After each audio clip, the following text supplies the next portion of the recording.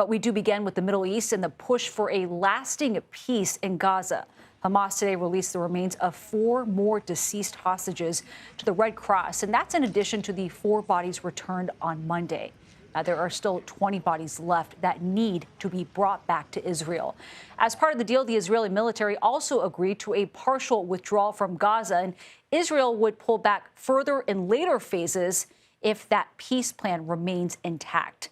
CBS Morning's co-host Tony DeCopel sat down with Israeli Prime Minister Benjamin Netanyahu and asked about what it will take for this war to be officially over. That exclusive interview took place in a hospital tending to freed hostages. Mr. Trump says the war is over, but clearly the war is not over. The IDF is deployed to sections of Gaza still, and Hamas is still on the streets of Gaza. How can you say the war is over? Well, we agreed to give peace a chance. We agreed that we should, the conditions in his 20-point plan are very clear. It's not only that we get the hostages out without getting our military out, but that we would subsequently have both demilitarization and disarmament. They're not the same thing. First, Hamas has to give up its arms. And second, you want to make sure that there are no weapons factories inside Gaza. There's no smuggling of weapons into Gaza. That's demilitarization.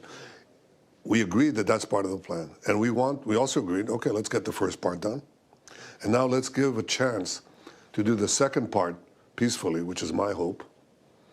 But if not, I think I heard the president speak tonight. He said, listen, they better do it, or, you know, how can I speak for him? He said, all hell breaks loose, okay? Well, I hope it doesn't. I hope we can do this peacefully, and we're certainly ready to do so. The senior White House and political correspondent Ed O'Keefe joins us now. Ed, very good to see you here. Netanyahu and other world leaders have credited President Trump for securing this peace plan, bringing everyone to the table there. How involved will the U.S. be going forward?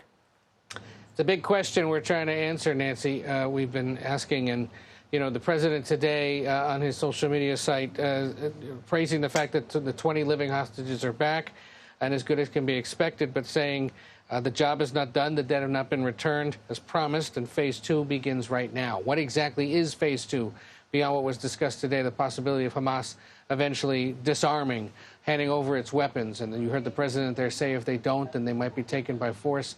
And then the prime minister backing him up, saying he agrees with that. It's a sign that there's still great skepticism and concern that this could fall apart at a moment's notice if the violence flares up again, or if they hit some kind of a stalemate. So there's questions about who exactly on the U.S. side is going to remain actively engaged in moving this forward at a time when the president has so many other domestic and foreign policy issues to deal with. He was meeting with the president of Argentina today. He's got the leader of Ukraine coming on Friday. He's getting ready for a big trip to Asia to meet with China's president after threatening again today to upend the U.S.-China trade relationship. So how do you keep a president focused on that big accomplishment, undeniable accomplishment in recent days, while also dealing with all those other issues remains to be seen. Yeah, certainly a lot on his plate. But also, Ed, coming back from Egypt, President Trump was asked about a possible 2-state solution. What did he say about that?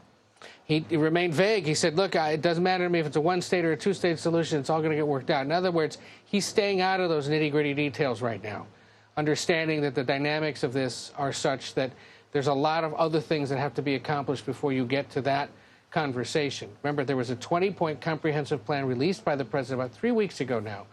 And at the time you look at that list, you think a lot of these things could take weeks, months, if not years to negotiate individually, let alone as one big package. And one of the issues is the future of Gaza, of the West Bank, as to what it is, who controls it, all of that yet to be determined. In part, there's questions about who leads Gaza as it gets rebuilt. Is it this board of peace that the president is supposed to co-chair with the former British Prime Minister Tony Blair, for example, or is it someone else? Is it some representative of the Palestinian Authority or Hamas? All of those issues yet to be sorted out. Part of the reason why the president's staying away from details like whether or not ultimately he wants to see 2 states. Nancy. Ed O'Keefe there at the White House. Ed, always very good to see you. Thank you very much.